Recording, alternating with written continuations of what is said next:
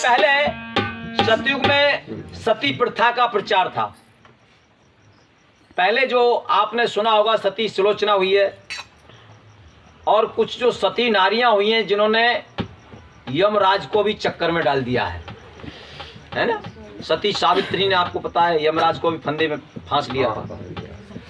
सती सुलोचना ने अपने पति के साथ में ही अपने शरीर को सती कर दिया, क्योंकि जिसका मन जीते जी परमात्मा में लय हो जाता है, वो जीते जी पति परमेश्वर, भाई एक मायापति होता है और एक होता है धर्मपति। जैसे धर्मपत्नी होती है वैसे ही धर्मपति होता है। तो जिसका मन अपने पति में स्थित है वो जीते जी पति में सती है और जीते जी मुक्त है वो।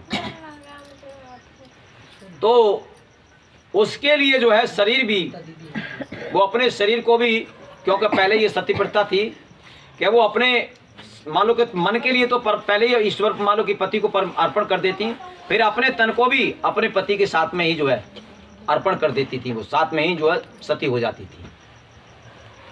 ऐसी नारियां हमारे भारत में हुई हैं। फिर जैसे जैसे कलयुग आया गया, शक्ति घटती चली गई, तो फिर सती प्रथा को खत्म कर दिया। जो सती प्रथा थी, क्योंकि देखा कि भाई अब कलयुग में जो है अब वो आदमी नहीं रहा है, मगर आजकल बेचारे जो है कहते हैं कि भाई परंपरा हम अपनी चला रहे हैं, और उस परंपरा में वो घबरा भी रहे हैं, दुख भी पा रहे हैं, मगर क्या है कि परंपरा को निभा रहे हैं।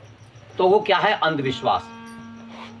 जो परंपरा पर लटके पड़े हैं वो अंधविश्वास है, क्योंकि बिना जाने, जब तक हमें ज्ञान नहीं है और बिना जाने किसी काम को करते हैं तो उसमें हमें दुख होता है, और जान करके आप करोगे जब उसका ज्ञान है तो आपको दुख नहीं होगा।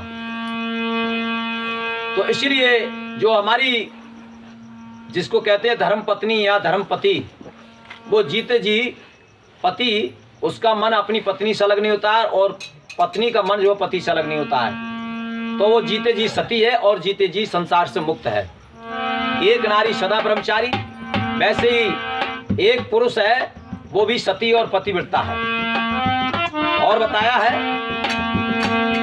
सोए रे हंसा लेंगे धारण तनकार, सोए रे हंसा,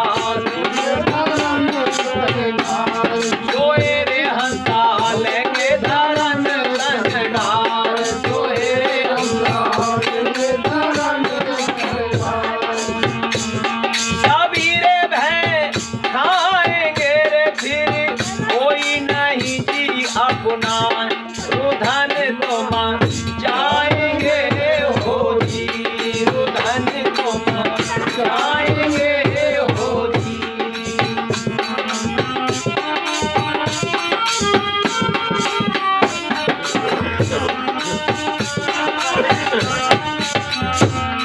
ओए रे हंसा पाले गुरु से सतनाम, आए सत संग मैंने तुझे, छिड़ में तो मारे मेरी काल, उठ में छुट जाएगा हो जी, उठ में छुट जाएगा हो जी। तो कहते हैं भाई कौन अग्नि में नहीं जलता है किसे काल नहीं खाए, कौन न पावक में जले किसे काल नहीं खाए। तो पावक में क्या नहीं जलता और काल किसको नहीं खाता है? क्योंकि नाम जो है, जो सत्य नाम है, वही उसी को काल नहीं खाता है। और धर्म जो है वो अग्नि में भी नहीं जलता है।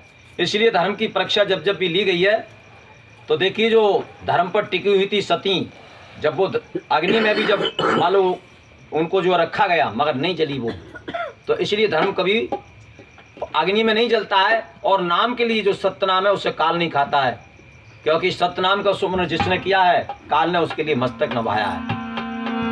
ध्रुव ने जो सत्य नाम का जाप किया, जब बैकुंठ में गए तो काल के मस्तक पर पैर रख करके गए थे। इसलिए हमें सत्य नाम की खोज करें। सत्य भजन की माला है, सतवाणी बोली जाती है, सत्य नाम सतगुर से पा हरि रहा टटोली जाती है। और सोएरे हंसा लेंगे धरन तंडार, सभी भय खाएंगे, फिर कोई नहीं अपनाए रुदन तो मचाएंगे। सब रोने में लगती हैं क्योंकि डर लगने लगता है। अगर मुर्दा अकेला है घर में तो पत्नी अकेली